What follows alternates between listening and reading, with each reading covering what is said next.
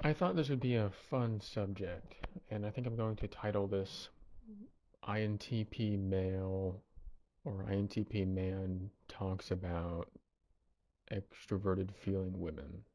Um, and the reason I figured I'd want to talk about this, well, the reason I decided to talk about this is because there is a girl at my job who is definitely I'm 100% extroverted feeling, um, either in the dominant or auxiliary position, and I'm saying that she's an ESFJ.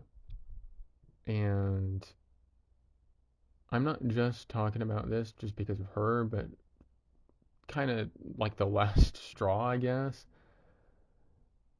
Just kind of interacting with her, and not even interacting with her very much. Um, but I guess my overall experience with extroverted feeling women has been very, very good, with one great exception, which I'm not going to talk about much. I'm just going to say that with one exception, one person um, that caused me a lot of grief and pain. Um, Extroverted feeling women are very easy to get along with and very enjoyable to get along with. Um, and I'm not sure that I can say, I was going to say they're very attractive, but I'm not sure I can say that.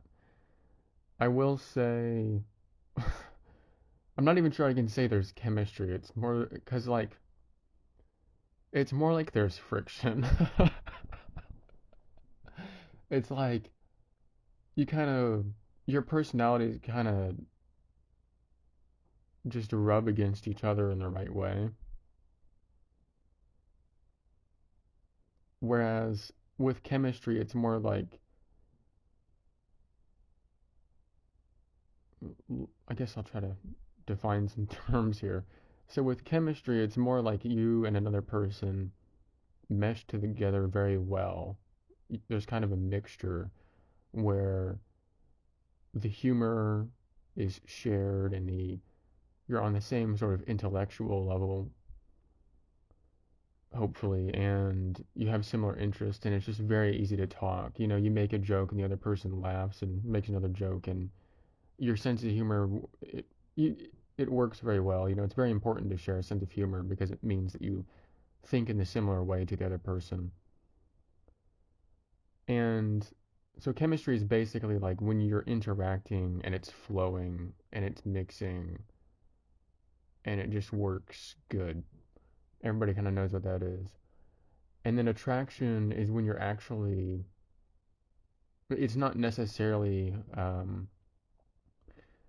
that you want someone, um, but it is that you're drawn to that person. So whenever I think of the word attraction now, I always think, it doesn't necessarily mean you find that person hot or anything, um, but it's more of a general term and a non-sexual term, um, just to describe when you're around somebody and you sort of automatically choose to interact with them and you stand near them and you hang out with them, and it just sort of happens because you're attracted to that person like a magnet. So whether you have the feelings or not is irrelevant. If you're attracted to that person, you will interact with them and draw closer to them. So that's why I say um, there's not necessarily attraction on my end with extroverted feeling women. Um, but they are definitely, um, how do I say this without saying the word attractive or attract? They're definitely very fun, or like they're enjoyable. They're enjoyable people to be around and to interact with. Um, and it's this sort of when it feels like there is some sort of romantic interest or sexual interest or both going on, it definitely feels more like I said with the rubbing against, like your personalities are rubbing against each other or something. There's just like this friction, and uh, it's sort of like the other person has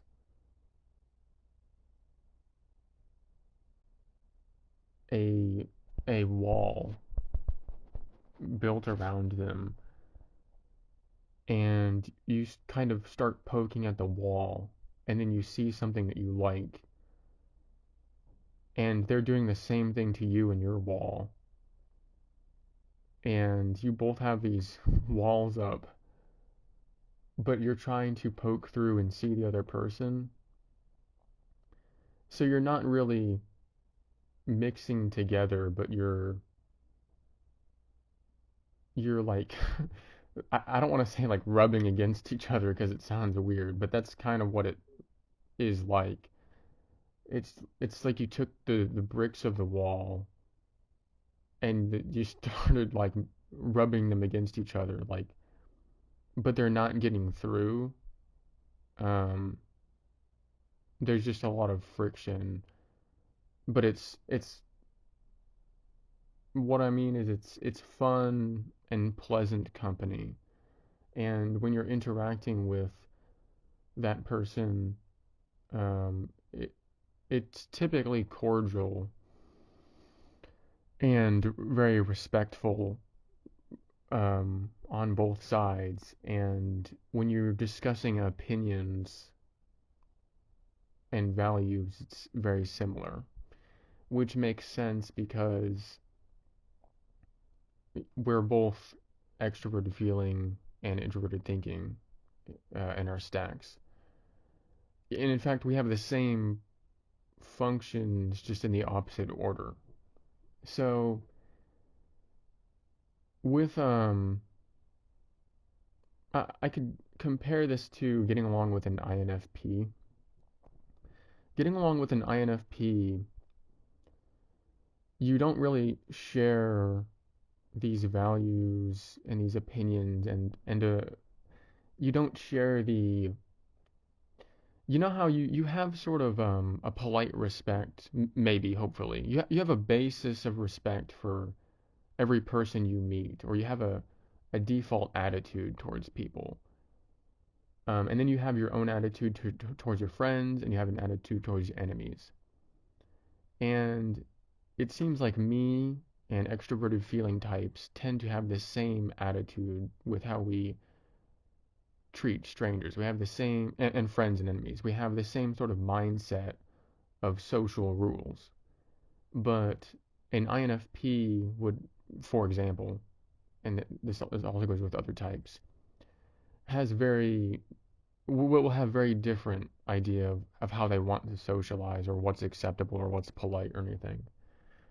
So, for example, a lot of introverted feeling types have sort of a demanding way of interacting with other people that I don't think they're really aware of sometimes, where they want to interact with you, and maybe they want something from you, and they're gonna try to get it, and they don't really. approach with the timidity and care and respect that a extroverted feeling type um, is going to. Because like with INTP, extroverted feeling in particular, I think that we tend to be very cautious with how we interact with people because we don't want to make people uncomfortable or upset people. And if we like somebody in any way, we're going to be very timid with interacting with them because we understand what it's like when somebody likes us, but we don't like them. And we don't want to be the person that's trying to hang out with somebody and talk to them and spend time with them if the other person doesn't want that. So we're very timid and slow and shy when it comes to interacting with the other person. And extroverted feeling types can be like that.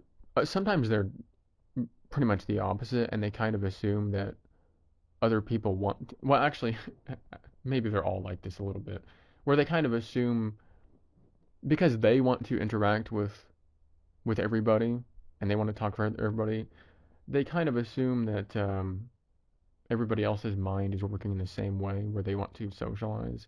But they'll very quickly learn whether or not you are actually like that by interacting with you. And if they sense that you're not a very social person, they will try to respect that. It's just that sometimes they can't help themselves. They can't help themselves because they want to speak with you or just be around you so much.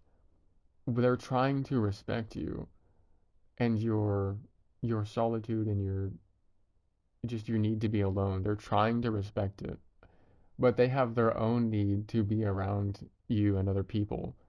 And if they find you intriguing or they just like you and they want to talk to you, they're going to try to be respectful. They'll try to be respectful as much as they can, but they're also going to push. They're going to like try to tear down your wall and push boundaries. And I'm just thinking of all the times, like, of just how extroverted feeling types do this, where they will push,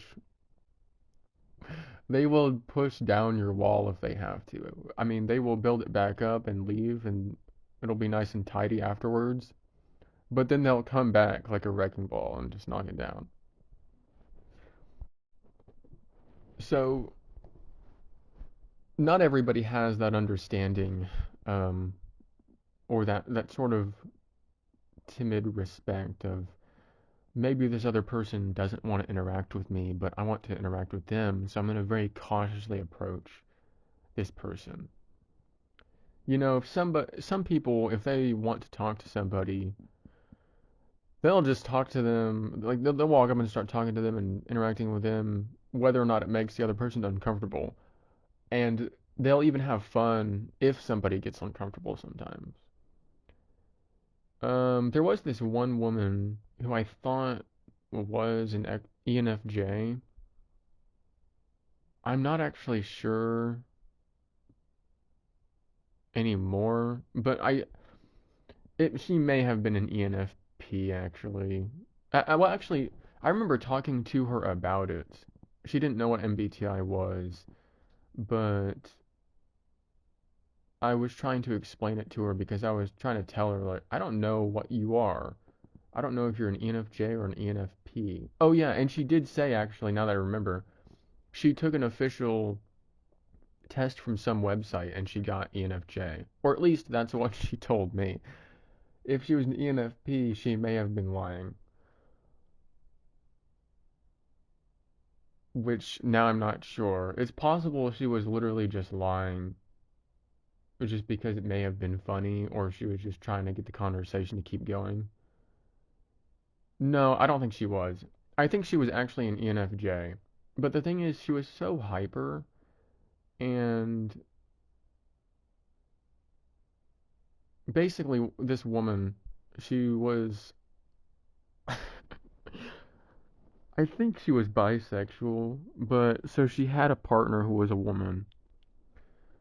But that didn't stop her from like viciously flirting with me because of how I basically couldn't handle it.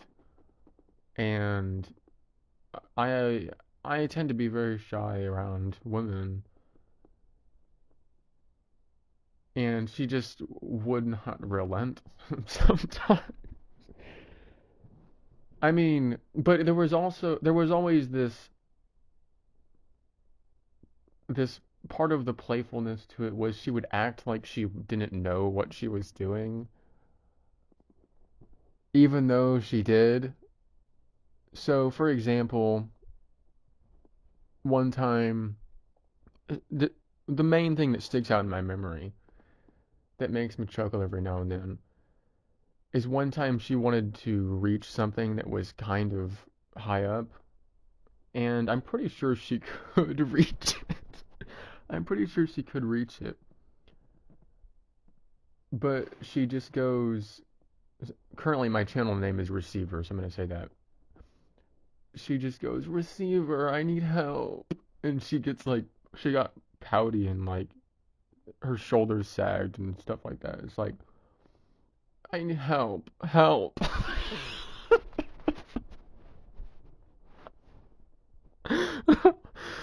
And so I did, and it's like I didn't. It was, yeah. So basically, that woman always made me so nervous, and she knew all the effects she was having. So sometimes extroverted feeling can be like that, but I don't even know if I would say that was necessarily not respectful. The whole point of all that is that I was given an example of when an extroverted feeling type could maybe be not respect, like she's pushing down the boundaries and sort of enforcing her will on the situation, I guess. But I'm not sure that she was really doing that, considering that I was enjoying myself very much, actually. So, if I was actually not enjoying myself, maybe she wouldn't have done all of that. But I was definitely very shy about it. Um, so actually, yeah, extroverted feeling women do that. If they can sense that somebody likes them, um, they definitely like to flirt. Um, and they're not really it's not necessarily pushy or in some sort of way where they want something except just to flirt and to see your reaction and to just enjoy messing with you. um there was one woman before this woman who I met who would come and work with me, because the most of these people I'm going to talk about were coworkers at one point. So this person would come and work with me, and I was working on my eye contact um, during this time, and so when we would talk, because she would always, if you're around an extroverted feeling type, they're gonna start saying something. Um, Unless if they hate you, which I don't even know if I've ever seen that, and maybe even if they hate you, they'll say something. I don't know. But if an extroverted feeling type likes you at all, they're gonna talk to you. They're gonna open their mouth, and so they can definitely get an introverted thinking type to start talking because most people, they'll say something and we'll give a dry reply, or we don't really know how to respond, and oftentimes that'll be it. But with an extroverted feeling type, usually what happens is that happens, and they know that, like, they're just not satisfied and they can't help themselves, and they say something else. And then little by little, they chip away until you're talking, and you're actually talking a lot, and it's unusual. And it basically just was pure persistence and insistence that they eventually got you talking, and now you're good chums, basically. Um, and it's not that they're trying to be rude or anything. It's just they can't help themselves but interact and to open their mouths and to talk. And they know sometimes that you don't really want to talk to them, and sometimes they will like step away. But if they can get away with it, even if they're causing a little bit of damage and they're trampling over your peace a little bit, they will interact with you and tell your friends. And that woman, I did not know that I could be so attracted to anybody. Or I guess going with my previous definition of attraction, it wasn't necessarily attraction, but it was uh like the strongest physical response I have ever had for any woman ever. I did not know that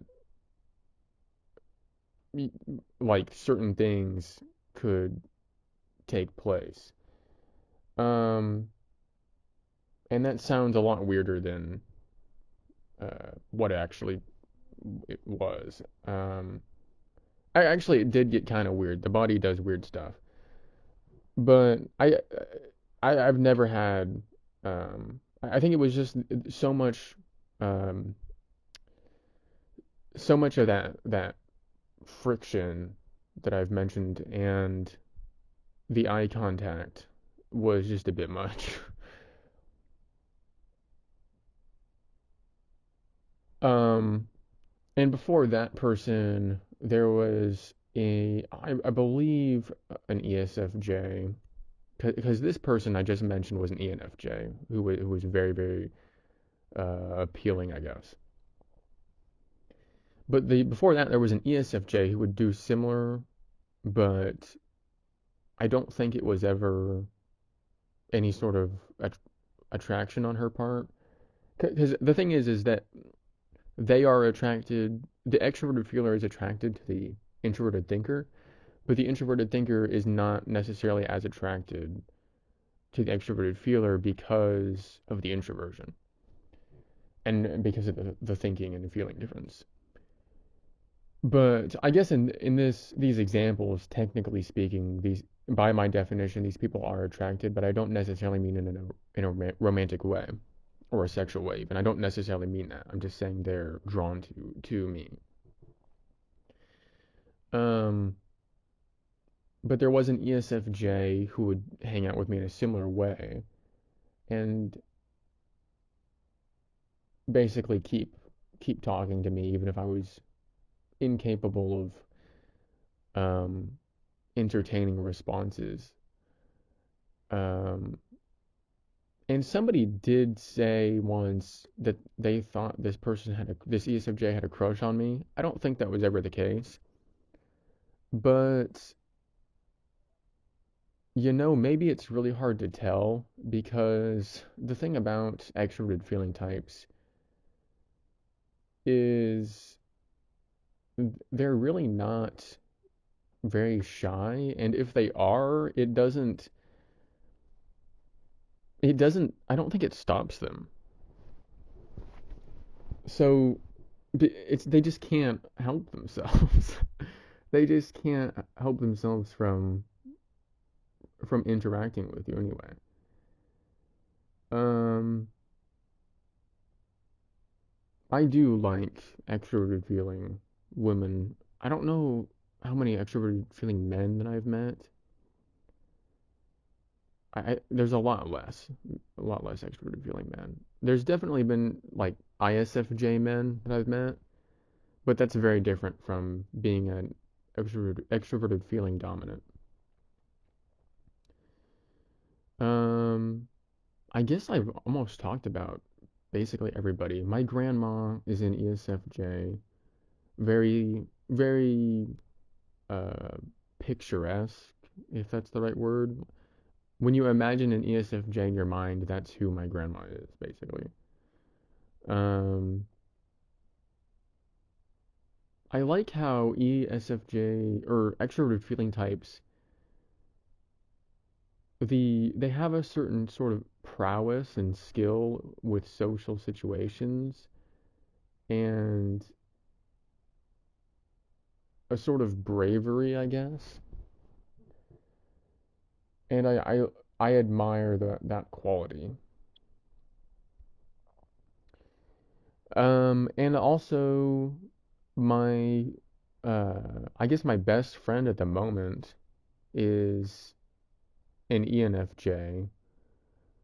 And the thing about extroverted feeling types is, well, I don't know if I can say they're all wonderful, but they have they're basically the the meme is that they're the most popular kid in school, basically. And that's basically true. Um, you sort of feel unworthy, unworthy of being around and receiving attention from these people because they're so proper and polite most of the time and elegant in their socialization,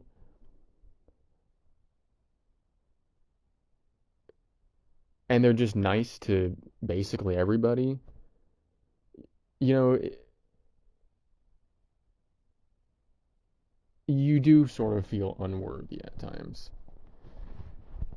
Um, I guess that's basically all that I wanted to talk about. I never got to the point. I never actually started talking about the one person who really set this off for me. So there's this girl at my job now who I'm kind of trying not to get a little crush on, who is an ESFJ and definitely one of the most beautiful women that I have ever seen. Um,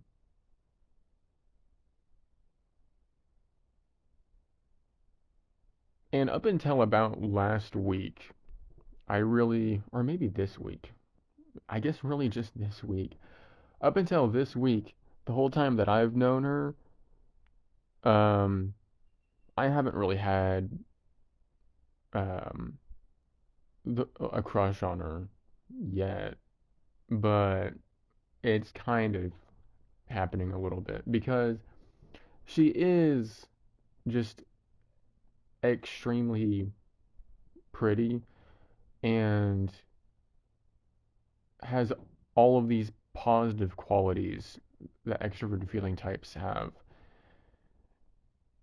It's just really hard. It's just hard to resist. It's um, but then there's the whole.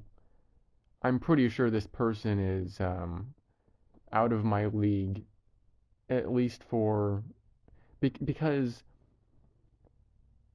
this person has extrovert feelers have so much more energy than I do, and also being neurotypical people have a lot more energy than me, and a lot of my barriers with a lot of my problems have been historically a lack of energy when it comes to socializing, um, and a lack of being explorative and curious. This person is very curious, and you know that basically extroverted feelers, they're very explorative and just fascinated by the world around them, and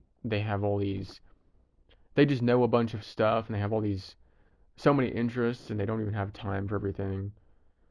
Um, whereas me, I've got like the same three video games and movies, and I'm reading a book that I've read before already, and I spend my morning on a Saturday making an audio for a YouTube channel that is very small. So, the difference is there's quite a difference there. When the extroverted feeler goes outside with their dog and goes to I don't know, the nearest mountain on a date with two people at the same time. Okay, that's a bad joke. But, they go out with their whole group of friends or whatever. I assume. I don't know. That's actually not true. That's not necessarily true because they can have their tight circles. That's just a stupid stereotype, dumb joke. Um, I was trying to end the audio on a joke comparing the extroverted feeling type to the introverted feeling type with the way we spend our lives. Basically, it's very different. I hide in a hole in the ground, and they escape um, and go explore the world. So the lifestyle difference is the main thing I think that holds things like that back, and the fact that I am neurodivergent. Um, so I'm trying not to get a crush on this person, but